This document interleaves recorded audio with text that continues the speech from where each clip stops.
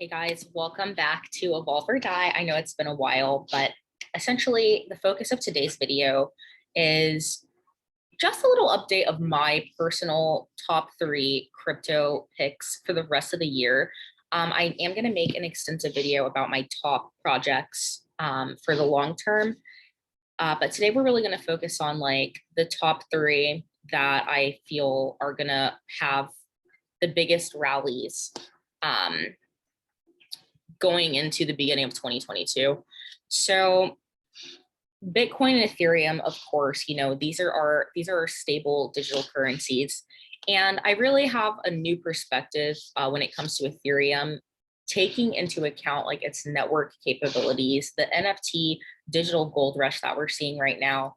Initially, I did have a price target of Ethereum hitting 10K by the end of this year. I do think that Ethereum's going to see 10K, and I do think it's going to rally well past that into the beginning of next year. And guys, that's really exciting because Ethereum's capabilities and functionalities, like we talked about in terms of network functions, we just had the EIP 1559 update, which we know that is limiting, it's decreasing, it's burning the supply of Ethereum that's being added. So I'm cautious of saying that Ethereum is a deflationary asset just yet, but it is well on its way to becoming a deflationary asset because of the burning mechanism. And it's not a deflationary asset just yet because we do know that there is more ETH that is put into circulation each year. So the function of this burning mechanism, and it's going to come down to how much network activity there is at any given time to tell when this is going to become a deflationary asset while the supply is being limited or being decreased or being, burned. So we know that the network fees, the gas fees of Ethereum are still obscene. And with the implementation of layer 2 scaling with Ethereum 2.0, hopefully we're going to see some more user-friendly gas fees in terms of minting NFTs or just interacting with the Ethereum blockchain at all, like in any form. So I do think that there is an endless use case, an endless functionality case for Ethereum. And the same thing goes for 88 Cardano. 88 Cardano, in terms of pure research, in terms of literal scientific research and thesis and testing, Cardano is well on its way to seeing $5 by the end of the year. I have no doubt smart contracts are going to be rolling out here soon. And we do still have, after the Goguen phase is completed with the implementation of smart contracts, we are going to see 2 more phases that still have to be completed in the Cardano era.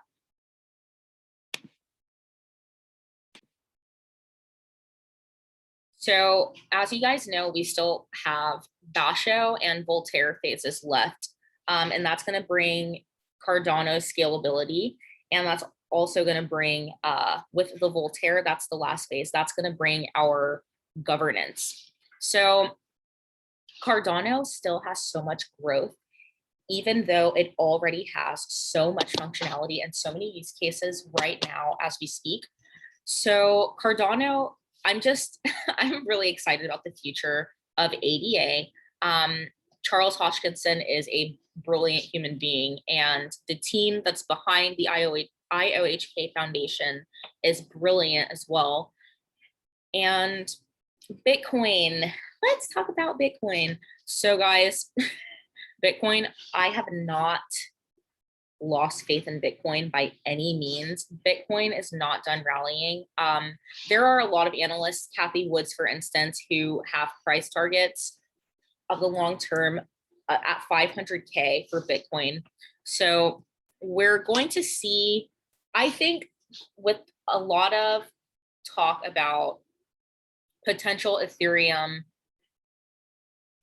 ETFs, and they're already being pending applications for Bitcoin ETFs, I think we're going to see a lot of institutional interest shifting into Ethereum in these next few months.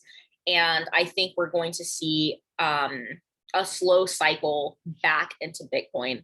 So Bitcoin is still our store of value, you know, our hedge to inflation, our deflationary asset, you know, with that limited 21 million in circulating supply. However, with the emerging use cases for Ethereum, like we talked about, the NFT mania that's going on right now, the literal bridge for all of so many decentralized applications, Ethereum is on a very, very bright trajectory. And I think we're going to see Ethereum hit 20K way faster than I initially thought. I think it's going to hit 20K way faster than I initially thought, because it's kind of like Ethereum with these upgrades and with these EIP proposals, we're seeing a lot of functionality that couldn't have previously been predicted. So Ethereum's making some really, really insane headway. And we're going to talk about another one of my favorite projects, which is Vechain. So Vechain essentially is leading the way in terms of tracking supply chain logistics. And what I mean by that specifically is it is leading the way in terms of being the biggest, most efficient blockchain platform that's designed to enhance supply chain and management and just business processes overall. So we're going to look at a few partnerships that Vechain has right now, because I do believe that they are a sleeping giant. We've seen some serious price action. The entire crypto space has been rallying the past few weeks, and we love to see it. Vechain is about, I think, 60% off of its all-time high, or in the 20-cent ranges. So we've seen some crazy headway. We're up about 6% in the last day. We're up about 22% in the past week. We're up about 65% in the past month. And year to date, we're up about 800%. So Vechain, I do believe, is a sleeping giant. And we're going to talk a little bit about why. And we're going to look at a list of their partnerships. You can see some of their strategic alliances and partnerships that they have globally. But I want to focus on the BMW Group and Walmart China. And I want to focus on the functionality and the use cases of Vechain. So remember, guys, one of the most, if not the most important thing when researching a crypto, when researching a blockchain project, it's going to come down to its use cases, its functionality, and its utility. So the purpose of Vechain, like we talked about, is to streamline those supply chain problems and streamline the tracking of a lot of different items and verification of authenticity. So what does this mean? So when you order something off Amazon, or you order something and it's getting delivered via USPS, there are tracking capabilities. You're assigned a number. You can have pretty specific updates. They might not be up to the minute, and there might be delays within those updates. So for example, I find myself checking the tracking often, and it might ship on Monday, and there are no updates between Monday and Thursday when it gets delivered. So there's a time period where Monday, my device might be, or my package might be in like Washington, DC. And then there's no updates in between on Tuesday, Wednesday, Thursday. And then my package is delivered. So there's a very long span of time, right, that goes by where you're kind of in the dark about where your package is. Like, did it get lost? Is it still being delivered? Is it delayed? So with Vechain and supply chain, it really comes down to being able to track exactly where your items are located, where they've been, how long they've been there, and what courier is handling these items. So for instance, in the agricultural industry, in the commercial grocery industry, a major issue comes down to freshness, just general like tracking of freshness and authenticity. Like, where have these items been? Where, where have these items been shipped from? So Vechain comes into place because their technology utilizes a chip for Walmart of China. And this technology allows the vendors and the recipients to keep a very extensive log, a very extensive tracking via the blockchain that allows you to see exactly where this item has been, where it originated, where it was grown, how long it has been at like each facility going to the next facility. There are so many use cases in terms of just boosting efficiency and traceability and transparency at the same time reducing costs. And I'm also personally excited about Vechain because of its use cases in terms of verification of authenticity. So what do I mean by that? Imagine, what are some of our favorite, luxury designer brands? Louis Vuitton, Chanel, Gucci. There is a huge counterfeit market for designer items, whether it's handbags, jewelry, perfumes, and fragrances. There's a huge market for counterfeit items. And what Vechain is providing a solution for, in a lot of terms, is fraud. So you see a lot of designer items that are counterfeit, they're unauthentic. With Vechain's like smart chip technology, you're able to track exactly where these items are going, where they've been, and upon delivery, you'll be able to check the history of all of the transactions, every place that it's been, every place that it's been located, and just being able to verify its authenticity. So that's one of the reasons I'm very excited about Vechain and its use cases for being able to verify authenticity and just that transparency. And you can visit the Vechain white pages just on the website. You can type in vechain.org, you guys, and it's not just the food industry that they're dipping their toes into. Their biggest customer is Walmart China.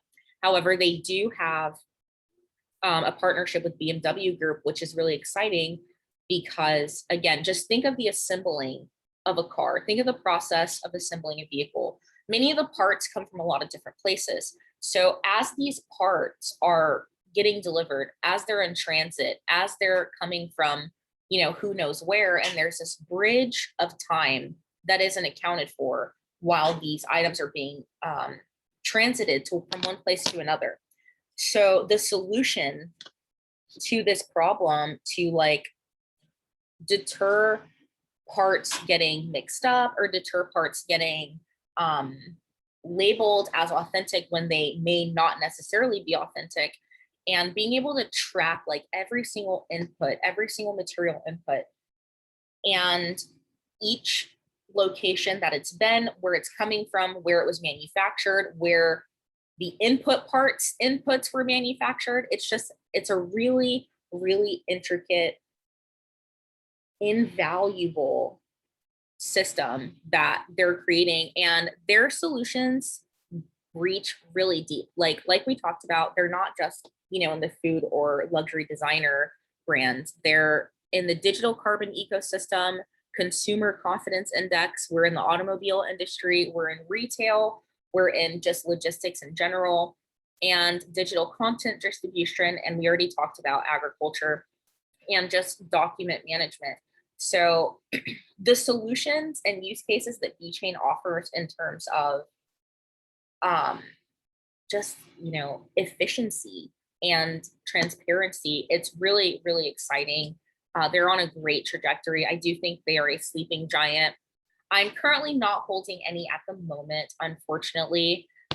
I'm waiting for a correction and a better entry point. Like, we've looked at how much it's run up over the past month, the past week, the past day.